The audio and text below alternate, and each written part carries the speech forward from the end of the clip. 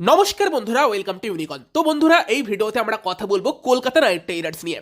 বেশ কিছু বিষয় নিয়ে আলোচনা করব। ভালো লাগলে লাইক করে দিও, শেয়ার করে দিও, আমাদের চ্যানেলে প্রথমবার এলে চ্যানেলটিকে সাবস্ক্রাইব করে তার পাশের বেল আইকনটাকে অন করে দিও। তো চলো বেশি সময় নষ্ট না করে যদি আমরা মেন টপিকে যাই, তো কলকাতা নাইট রাইডার্স ফ্যানেরা কেমন এনজয় করছো বর্তমান সময়ে? কারণ আস্তে আস্তে কিন্তু কেকেআরের প্লেয়াররা নিজেদের ফর্ম দেখাচ্ছে।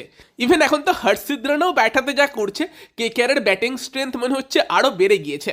তবে সেই জায়গাতে দাঁড়িয়েই একটা কলকাতা নাইট রাইডার্স ফ্যানেদের যেটা সমস্যা, সেটা হচ্ছে কেকেআর ফ্যানেরা এখন যে প্লেয়ারই ভালো খেলছে তাকেই বলছে যদি এই প্লেয়ারটাকে কেকেআরে আনা যায় কেমন হবে। ব্যাপারটা এরকমই হয়ে গিয়েছে, কারণ যেহেতু মুস্তাফিজুর রহমান চলে গিয়েছে কলকাতা নাইট রাইডার্সের স্কোয়াড থেকে, তো সেখানে কেকেআরের কাছে একটা ফরেন স্লট খালি হয়ে আছে এবং সেখানে কেকেআর যে কোনো প্লেয়ারকে আনতে পারবে আর তাকে 9 কোটি 20 লক্ষ টাকার মধ্যে যে কোনো টাকা দিতে পারবে। মানে যে প্লেয়ারকে পছন্দ, যে প্লেয়ারকে চায়, যে অন্য কোনো আইপিএল টিমে নেই, তাকে কেকেআরে নিতে পারবে সবার আগে, কারণ টাকাটাও আছে প্লাস অপশানটাও আছে। এবং সেই জায়গাতে দাঁড়িয়েই যে ভালো খেলছে তাদের দিকে কেকেআর ফ্যানেদের নজর। সেখানে রিসেন্ট দুটো নাম নিয়ে কিন্তু খুবই আলোচনা চলছে। একটা নাম হচ্ছে ড্যারেল মিচেল আর একটা নাম হচ্ছে স্টিভ স্মিথ, যে এদের মধ্যে কাউকে কি কেকেআর নিতে পারে। যদিও মুস্তাফিজুর বোলার, সেখানে মানে লাইক টু লাইক রিপ্লেসমেন্ট একটা ফরেন বোলারই হওয়া উচিত, বাট এই নামগুলো নিয়ে কথাবার্তা চলছে। যদি আলোচনা করি তাদের নিয়ে, তো আমি বলবো স্টিভ স্মিথ হয়তো কেকেআরের এই দলে ফিট করবে না। স্টিভ স্মিথ একটা ভীষণই গুরুত্বপূর্ণ তোমার এবিলিটি কেকেআরের জন্য নিয়ে আসতে পারতো, সেটা হচ্ছে ক্যাপ্টেনশিপ। দারুণ ক্যাপ্টেন, সেই নিয়ে সন্দেহ নেই। বাট স্টিভ স্মিথ বর্তমানে তার টি-20 গেমটাকে ইম্প্রুভ করেছে, তবে সে খেলছে কোথায়? টপ অর্ডারে। টপ অর্ডারে কলকাতার কাছে আছে রাহানে এবং ফিনালেনের অপশান। এবার আমি বলতাম যদি কেকেআরের কাছে রাহানের মতো প্লেয়ার না থাকতো, সেখানে তুমি স্টিভ স্মিথকে আনতে, সে ওপেন করতো, সেটা খারাপ অপশান হতো না। বাট স্মিথ আর রাহানে একসাথে তো ওপেন করতে পারবে না, কারণ তুমি ফিন অ্যালেনের মতো প্লেয়ারকে অবশ্যই বাদ দিতে পারবে না, সে যেরকম খেলছে, আর তোমার ইডেন গার্ডেন্সে ওরকম অ্যাগ্রেসিভ প্লেয়ার লাগবে। সেখানে স্টিভ স্মিথের মতো আর একটা বিদেশি প্লেয়ার, যার মতো almost similar skill set as a batsman তোমার অফার করছে অজিঙ্কে রাহানে। রাহানে ইকুয়ালি ডেঞ্জারাস পাওয়ার প্লেতে, পাওয়ার প্লের পর রাহানের খেলাটা স্লো হয়ে যায়। তো আমার মনে হয় না স্টিভ স্মিথকে এনে কেকেআরের এই টিমে সেরকম বড় কোনো ইম্প্রুভমেন্ট হবে, বরং সেটা করতে গিয়ে একটা ফরেন স্লট নষ্ট হতে পারে, যেই জায়গাতে তুমি বেটার টি-20 প্লেয়ারদের খেলাতে পারবে। যেমন আমি যদি বলি Matheesha Pathirana, Rovman Powell, Cameron Green, Finn Allen, Sunil Narine, 5 জনের নাম বলে দিলাম যারা স্টিভ স্মিথের থেকে বেশি অফার করতে পারে কেকেআরের এই টিমে। তো স্মিথকে এনে আমি কোনো ইমপ্রুভমেন্ট হবে এই কেকেআর টিমে দেখছি না। সেই জায়গাতে স্মিথ আমার মনে হয় না দরকার আছে। বাট ড্যারেল মিচেল অ্যাকচুয়ালি কলকাতার জন্য একটা ডিফারেন্ট টাইপের চয়েস হতে পারে, ভালো চয়েস হতে পারে, কারণ ড্যারেল মিচেল সেই এবিলিটি নিয়ে আসে যেটা কলকাতা দলের একটা দুর্বল জায়গাকে অনেক স্ট্রং করতে পারে। সেটা হচ্ছে যে কেকেআরের ব্যাটিংয়ে আমরা দেখেছি টপ 3 সলিড, যদি সেখানে ফিন অ্যালেন, রাহানে এবং ক্যামেরন গ্রিন খেলে। এবং ফিনিশিংয়ের কথা বললে সেখানে রিঙ্কু সিং, অনুকূল রয় ফর্মে আছে, রমনদীপও কিন্তু তার ফর্ম খুঁজে পেয়েছে, তেজস্বীর মতো প্লেয়ারও আছে। একটা জায়গা যেখানে 4 নম্বরে ম্যাচ ধরে খেলার মতো একটা প্লেয়ার, স্পিনারদের ডমিনেট করার মতো একটা প্লেয়ার কিন্তু কেকেআরের এই দলে মিসিং আছে, যেখানে কেকেআর হয়তো রাহুল ত্রিপাঠী অথবা অঙ্গক্রিস রঘুবংশীকে ফিট করার জন্য দেখবে, যেই প্লেয়ারগুলো কিন্তু সেরকম ছন্দে নেই। সেখানে ড্যারেল মিচেল কিন্তু কলকাতা নাইট রাইডার্সের এই টিমের ব্যাটিং অর্ডারে একটা আদর্শ ফিট হবে 4 নম্বর জায়গাতে।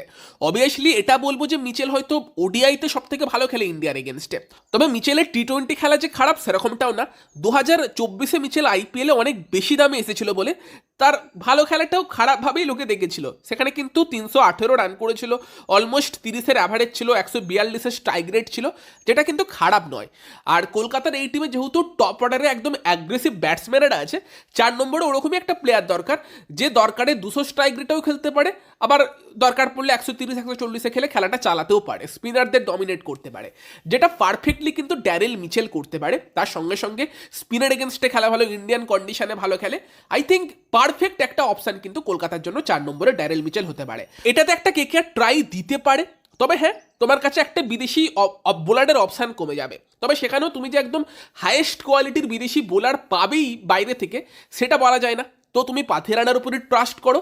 যদি পাথিরানা সেই ছন্দে না থাকে, ভালো বোলিং না করে, সেখানে তুমি এই টাইপের একটা কম্বিনেশনে যেতে পারবে, যেই কম্বিনেশনে গেলে তোমাকে 3টে ভারতীয় ফাস্ট বোলার খেলাতে হবে। সেটা কি খুব একটা ভালো আইডিয়া হবে? হ্যাঁ, ফাস্ট বোলিং হয়তো উইক হবে, বাট কলকাতাকে সেখানে আরোরার উপর একটু ভরসা করতে হবে। আমরা জানি হর্ষিত রানা নতুন বলে এবং ডেথে বল করে দিতে পারবে, কিন্তু সেই জায়গাতেই কলকাতা যদি হর্ষিত রানার সঙ্গে বাকি দুটো ভারতীয় ফাস্ট বোলার খেলাতে চায়, একটা অপশন হতে পারে আকাশদীপ, যেও অবভিয়াসলি অনেক কিছু অ্যাড করতে পারে টিমে, বাট আকাশদীপ ভালো ডেথ বোলার আমি বলবো না, ডেথে মার খেতে পারে। সেখানে বৈভব আরোরা, যে কিন্তু ডেথে বল করার জন্য তাকে কেকেআরের কোচিং স্টাফেরা তৈরি করছিল, বাট আগের বছর ক্লিক করেনি। তবে বৈভব আরোরা এমন একটা বোলার যে 1 নম্বর আর 3 নম্বর ওভারে ভালো বল করে দেবে তোমাকে, এটুকু গ্যারেন্টি। বাট যদি ওই দুটো ওভার করার পাশাপাশি আরোরাকে 4 ওভার করতে হবে না, 3 ওভারই বল করুক, 19 নম্বর বা 20 নম্বর ওভারে বল করতে এসে যদি আরোরা ভালো বোলিং করতে পারে, একটা ভালো ওভার যদি ডেথে আরোরা দিতে পারে, সেই জায়গাতে কিন্তু কলকাতা এই লাইন আপটা ট্রাই করতে পারবে। কারণ পাথিরানাকে না খেলালে তুমি অবভিয়াসলি একটা ডেথ ওভার স্পেশালিস্ট মিস করবে। সেখানে 19 নম্বর আর 20 নম্বর ওভারটা একটা ওভার হর্ষিতকে করতে হবে, একটা ওভার আরোরাকে করতে হবে।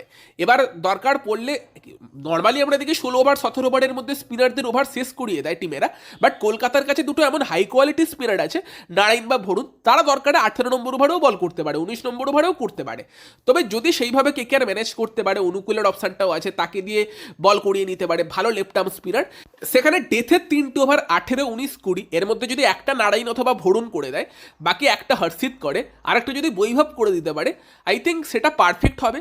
এবং সেই জায়গাতে ব্যাটিং অর্ডারটা কিন্তু অনেকটা ইম্প্রুভ হতে পারে। যেখানে আমি যদি এই টাইপের একটা ব্যাটিং অর্ডারের কথা বলি, অজিঙ্কে রাহানের সঙ্গে ফিন অ্যালেন ওপেন, 3-এ ক্যামেরন গ্রিন, 4-এ ড্যারেল মিচেল, 5-এ রিঙ্কু সিং, 6-এ অনুকূল রয়, 7-এ তেজস্বী অথবা রমনদীপ সিং।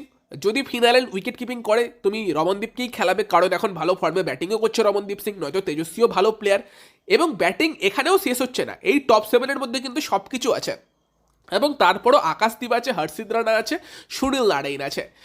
তোমার 10 অব্দি ব্যাটিং থাকছে, নারায়ণ এবং হর্ষিত ব্যাট হাতে কি করতে পারে আমরা দেখতে পেয়ে গেছি। বাট তারপর আমি আকাশদীপকে 8-এ খেলাবো, কারণ আকাশদীপেরও 6 মারার এবিলিটি আরও ভালো, 6 মারতে পারে। সেই জায়গাতেই নারায়ণ হয়তো 10-এ চলে যাবে, তো নারায়ণকে অ্যাজ এ ফ্লোটার ব্যাটসম্যান কখনো 3-এ পাঠিয়ে কেকেআর ট্রাই করতে পারে, ফিনালেন তাড়াতাড়ি আউট হয়ে গেলে পারফেক্ট ব্যাটিং কম্বিনেশন হবে।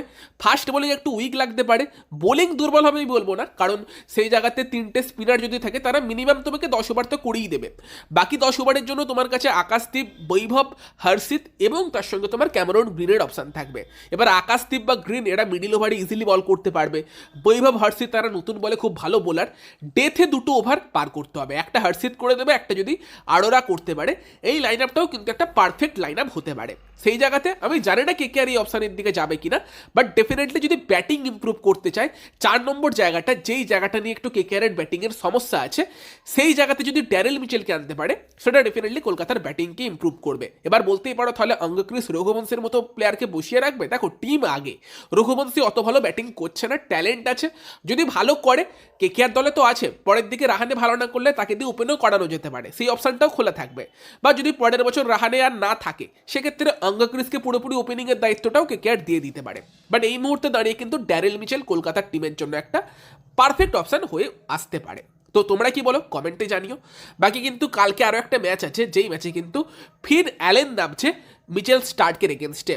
তো প্লে অফসের প্রথম ম্যাচ পার্থ স্করচার্স মানে ফিন অ্যালেনের দল কিন্তু 1 নম্বরে শেষ করেছে, সিডনি সিক্সার্স যেই টিমে স্মিথ আছে, স্টার্ক আছে, তারা 2 নম্বরে শেষ করেছে। তো 1 নম্বর টিমের সঙ্গে 2 নম্বর টিমের ম্যাচ আছে দুপুর 2টো থেকে ম্যাচ। তো সেই জায়গাতে কিন্তু ফিন অ্যালেন বনাম মিচেল স্টার্ক, সেই লড়াই আমরা দেখতে পাবো। সেই লড়াইয়ের জন্য তোমরা কতটা এক্সাইটেড কমেন্টে জানিও। ভিডিওটা ভালো লাগলে ভিডিওটাকে লাইক করে দিও, শেয়ার করে দিও, আমাদের চ্যানেলে প্রথমবার এলে আমাদের চ্যানেলটিকে সাবস্ক্রাইব করে তার পাশের বেল আইকনটাকে অন করে দিও। তো চলো গাইস, এই ভিডিওতে এই পর্যন্তই, বাই বাই।